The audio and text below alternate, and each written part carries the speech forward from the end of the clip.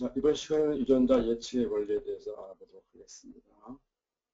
기놈 서열 조립을 실시하여 컨티그 서열들을 얻었다면 그 서열들에 코딩되어 있는 유전자들을 찾아내는 것이 중요하겠습니다. 이를 유전자 모델링이라고도 하고 또 유전자 예측이라고도 합니다. 자, 이 강좌에서는 어떤 원리로 게놈 서열에서 유전자를 찾아내는지 알아보도록 하겠습니다. 먼저 미생물 게놈에 적용할 수 있는 원리를 고찰하고 진핵세포의 경우에는 뒷부분에서 다루도록 하겠습니다.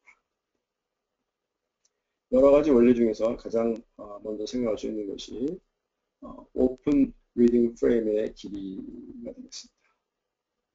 그 다음에 내가 샤인 달가노 서열이라는 것이 있고요. 또 밑으로 나가보면 GC 컨텐트하고 코든 프리퀀시 이런 것을 이제 또 유전자 예측에 사용할 수가 있겠습니다. 이거는 이제 또 다른 원리인데요. 인트린직한 방법과 위에서 여태까지 얘기한 것들은 이제 인트린직 방법이고 그 외에 이제 엑스트린직한 방법들이 있는데 그것들의 관계를 설명해 보겠습니다.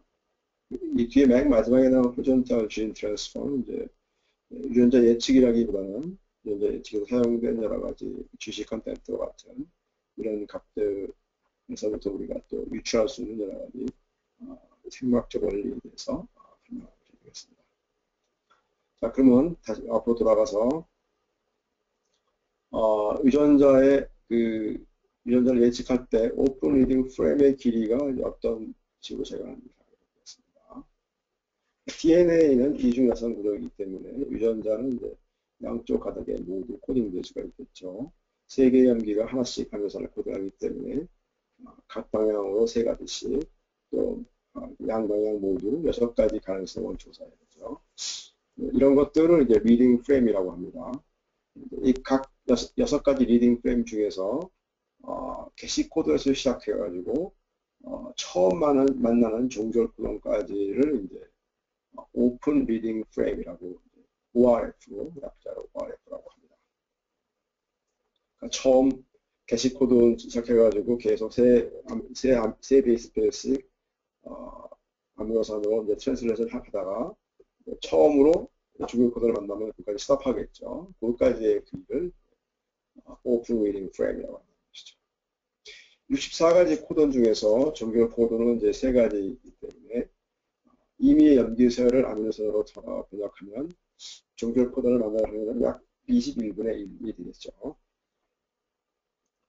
따라서 무작위로 구성된 염기서열에서는 중간에 종결 코드가 나타나지 않고 21개 이상의 아미노산 서열로 번역되는 부분이 존재하기는 쉽지가 않습니다. 종결 코드 없이 21개 이상의 아미노산 서열이 생성되는 것은 이제 임의의 무작위 서열, 진짜 단백질을 코딩하지 않는 그런 랜덤하게 만든 그런 서열에서는 이런 현상이 일어났습니다. 21개 이상의 그 종결 코드 없이 계속하기는 쉽지 않은 거죠. 물론 이제 확률이기 때문에 좀 긴 것도 있을 수 있고 더 짧을 수도 있겠지만 평균 21개 정도밖에 안 된다는 것이죠. 일반적으로 단백질은 100개 이상의 아미노산으로 구성되어 있기 때문에 6가지 프레임으로 번역했을 때 게시코드 ATG부터 시작해서 가장 길게 읽히는 스탑코드 없이 가장 길게 읽히는 ORF가 정답일 것입니다. 6가지 중에서 가장 긴 거. 여기에는 이제 진화론적인 원리도 있다고 볼 수가 있겠습니다. 즉 오랜 세월에 걸쳐서 DNA 서열이 변화해 올 때 아미노산을 코딩하지 않는 부분은 자유롭게 변할 수 있지만 아미노산을 코딩하는 부위는 쉽게 변하기가 어렵습니다. 따라서 참 ORF가 아닌 것이 길게 유지되어야 될 6가지 프레임 중에서 진짜가 아닌 것이 그것이 길게 유지되어야 될 필요는 없을 것입니다. 다시 말하면 스탑코드는 없는 상태로 길게 유지될 이유가 없는 것이죠. 즉 돌연변이가 무작위로 일어났을 때 진짜 ORF의 경우에 중간에 중국 종결코드가 생긴다면 그 단백질은 기능을 못하게 될 것이고 결과적으로 그런 돌연변이를 가지고 있는 개체는 사멸할 확률이 높다고 할 수가 있겠습니다. 반면에 거짓 ORF의 종교 코드가 생겼다고 해서 그것이 아무런 그 섭체가 개체가 사면해야 될 일은 없겠죠. 그렇기 때문에 그런 도형 변이는 계속 손에 물려줄 수가 있겠죠. 그래서 거짓 ORF의 경우에는 종교 코드들이 많이 생겨서 짧은 ORF가 될 수밖에 없겠어요. 반면에 참 ORF는 긴 것을 길게 유지될 수가 있는 것이죠. 자, NCBI에서는 이렇게 ORF를 찾아주는 프로그램을 서비스하고 있는데요. 구글에서 NCBI ORF Finder 이걸 검색하면 이 서비스를 찾을 수가 있습니다. 여기 한번 쳐볼까요? 구글에서 ORF Finder, NCBI ORF Finder 누르면 ORF Finder로 이동하게 되겠습니다.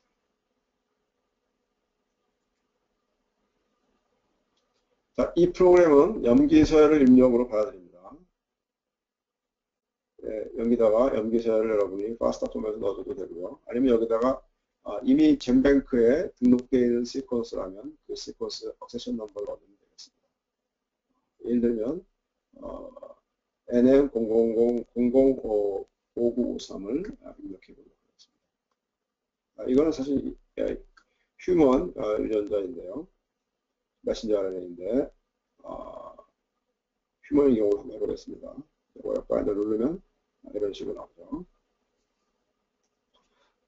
자, -2라는 거는 위에 세 개는 이제 forward로 +1, +2, +3. 그러니까 +1은 1, 2, 3, 4, 5, 6, 7, 8, 9 이렇게 트랜지션 한 것이고요. 프레임 2라는 거는 2, 3, 4, 5, 6, 7, 8, 9, 10 이런 식으로 한 것이고, 프레임 3는 3, 4, 5, 6, 7, 8, 9, 10, 11 이런 순서로 트랜슬레이션 하는 것이 되겠습니다.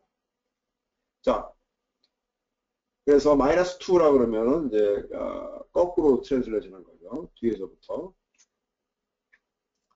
자, 뒤에서부터 트랜슬레이션은 맨 끝에서부터 시작한 것은 -1일 것이고, 하나 빼고 맨 끝에서부터 두 번째 거에서부터 시작한 것은 -2가 되겠죠.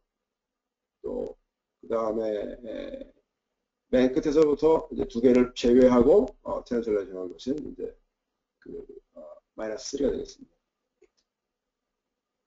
자, 그런데 실제로는 이제 그림을 그리기는 -2지만, 그러니까 맨 끝에서부터 하나를 빼고 했지만 그림은 이제 여기가 이제 끝이 되겠습니다. 왜냐하면 이제 왼쪽에서부터 5'에서 3'으로 표시를 되기 때문에 실제로 이제 여기는 원래 여기랑 이제 페어링이 되는 부분이 되겠습니다. 그러니까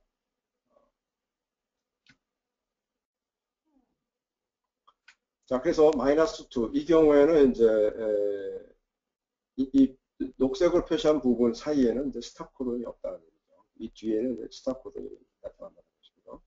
그래서 이 길이가 약 228개의 연기로 이루어져 있는 것이 되겠습니다.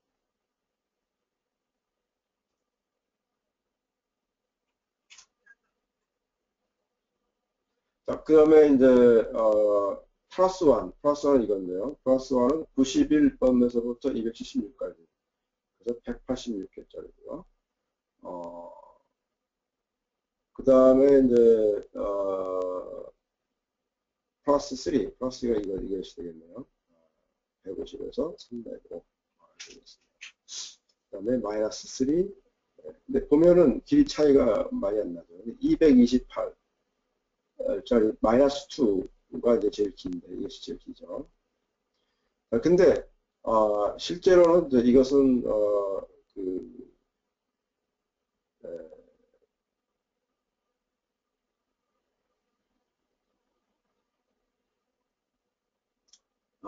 첫 번째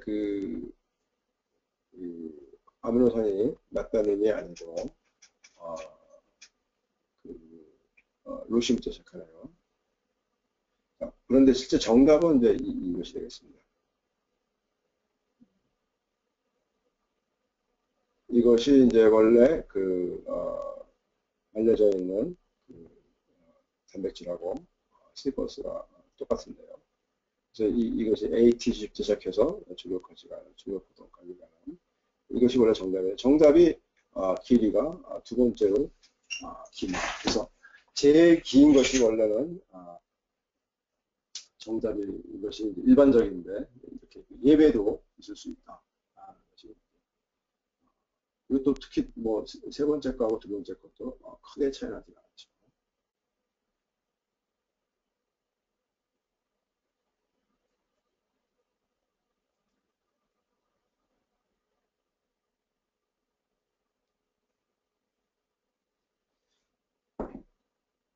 그래서 이 ORF의 길이를 이용하는 것은 그 일반적으로는 이제 제일 긴 거를 찾는 것이 맞는데 차이가 많이 안 날 때 그때는 이제 상당히 애매해질 수도 있고 확률적으로는 이제 가장 긴 것이 정답이지만 언제나 그런 것은 아닐 수도 있고 예외도 있을 수 있다. 그래서 이것만 가지고 유전자 예측하는 데는 이제 한계가 있다고 보겠습니다.